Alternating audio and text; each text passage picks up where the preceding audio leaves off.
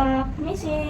Ya, Halo Mbak, gimana, masih ingat sama saya apa enggak? masih Siapa namanya? Suster Faradila. Oke, betul ya, ini dengan Mbak Laila, betul? Iya, betul. Gimana Mbak perasaannya hari ini? Saya lebih tenang, kemarin saya sudah mempraktikkan apa yang kita pelajari kemarin. Oke, bagus sekali ya. Terus gimana Mbak, semalam tidurnya nyenyak apa enggak? Saya masih mendengar suara itu tapi tidak sesering kemarin. Oh gitu. Nah, jadi ketika Mbak menghadapi masalah, biasanya apa yang Mbak rasakan dan lakukan? Saya sudah mempraktikkan teknik seperti kemarin. Saya menutup mata dan menutup telinga lalu berteriak. Lalu saya menilai diri saya jauh lebih baik lagi. Oke, gitu. Bagus ya. Nah, terus Mbak masih ingat nggak apa yang kita janjikan kemarin? Masih Apa tuh? kita akan melakukan aktivitas positif dalam menghadapi masalah. Oke, betul ya. Jadi hari ini kita akan berbincang tentang bagaimana cara Mbak melakukan hal-hal yang baik dan positif ketika sedang mengalami masalah. Jadi tujuannya itu supaya Mbak dapat melakukan kegiatan positif saat menghadapi masalah. Begitu. Jadi waktunya kira-kira 10 sampai 15 menit. Apakah Mbak berkenan? Berkenan ya. Jadi tepatnya juga di sini lagi. Apakah Mbak berkenan juga? Berkenan. Baik, kalau begitu.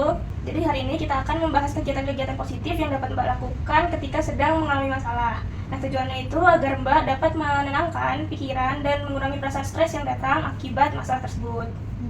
Ya, suster. Nah, jadi yang perlu disiapkan itu adalah daftar kegiatan positif yang bisa Mbak lakukan saat menghadapi masalah agar pikirannya menjadi lebih tenang. Nah, coba Mbak bisa tuliskan apa aja kegiatan positif yang biasa Mbak lakukan.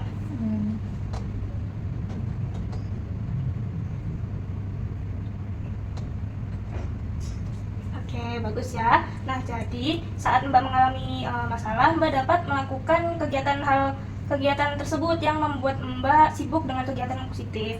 Nah, jadi contohnya seperti yang Mbak sebutkan tadi, yaitu ada apa aja Mbak tadi? Membereskan tempat tidur, menyapu halaman, lalu bisa juga saya suka memasak. Oh iya, nah hal itu bisa dilakukan ketika Mbak mengalami masalah gitu. Nah, karena Mbak sudah bisa menyebutkan dan membuat list untuk kegiatan positifnya, gimana perasaan Mbak setelah kita mulai belajar untuk cara ketiga ini? Saya jadi banyak aktivitas dan saya tidak mungkin bisa mengurangi dari suara-suara itu lagi ya, sus ya. Oke, bagus sekali Mbak sudah bisa menyebutkan hal-hal positif yang bisa Mbak lakukan saat Mbak sedang mengalami masalah. Nah, jadi sebelum Mbak bertemu lagi dengan saya, Mbak bisa melakukan kegiatan-kegiatan positif tadi seperti yang sudah Mbak sebutkan. Setelah ini Mbak bisa untuk memasukkan ke dalam jadwal harian Mbak agar tidak lupa juga.